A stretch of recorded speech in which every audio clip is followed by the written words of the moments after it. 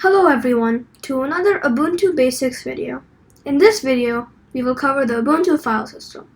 So the Ubuntu file system, or the Linux file system, is very different from other file systems. At the top, we have the root directory, symbolized by a slash. The root directory contains all the files on your computer, including other users. Branching down from the root directory are folders containing different system files and folders. For example, the etc folder contains different system-wide configuration files, and the home folder contains all the users. So let's see an example of this. This is the file manager in Ubuntu. When you open it up, you'll be prompted with the home folder, your home folder. When you go to the computer section, you can see all the folders and files branched under the root directory, such as the etc folder, which contains all the system-wide configuration files, as I said before. The home file also contains all the users, and your user that you're using right now will be marked with the symbol like house or home.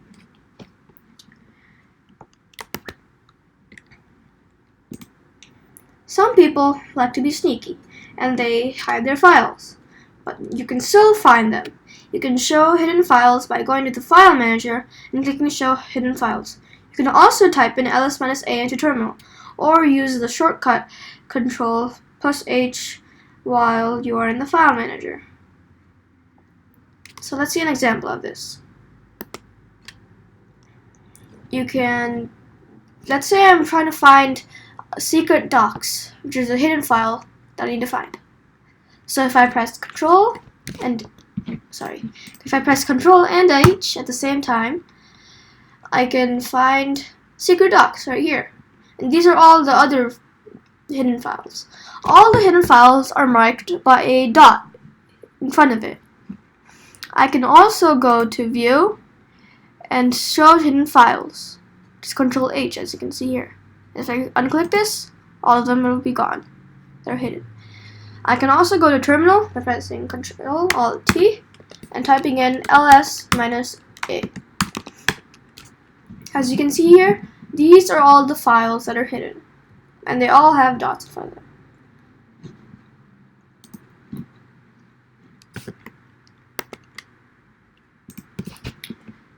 Sometimes you can find the file, but you can't open it. If it says you do not have permission to read or write or execute this file, you can try to change the permission. Sometimes it will also say, cannot find an application to open this file. If so, you can use the command chmod to open the file.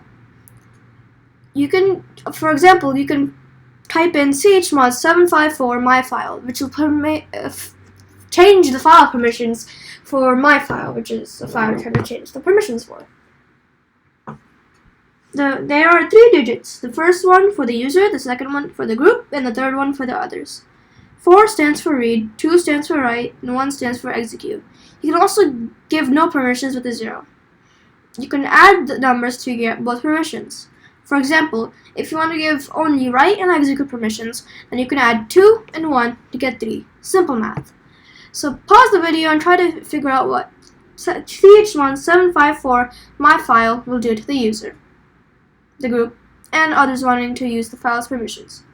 So yeah, go and try. Okay, you want the answer. So let's see. 7 is a combination of the permissions 4, 2, and 1, which gives the user full access. 5 is a combination of 4, 0, and 1, which gives the group read and execute file permissions, but not write. Remember, you have to always add up 3 numbers to get the value. The final number, 4, is a combination of 4, 0, and 0, which gives others only read permissions. So let's see this in a real Ubuntu VM. So if I go to Terminal, or let's see in the File Manager first.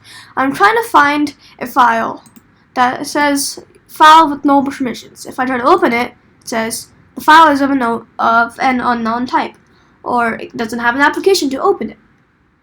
So let's go into Terminal and fix this.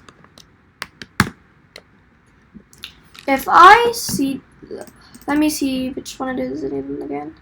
It's in documents. So if I cd into documents, I'm in the directory documents, and then if I do ls, I'll find file with no permissions.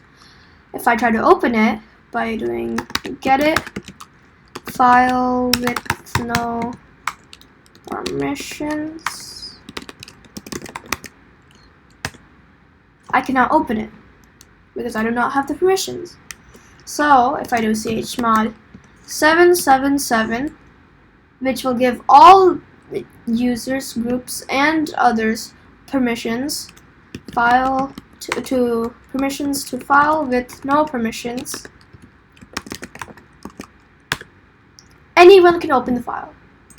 If I open it, it says, "Yay, you have successfully opened this file by changing the grid permissions. Great job." But I probably don't want anyone to see this file. So I would probably do chmod, as I said before, 754 to file with no permissions, so that people can't always do everything, except for me because I own the file. Because I have a 7 right here, which will give me full access. And that's it for this video. See you later.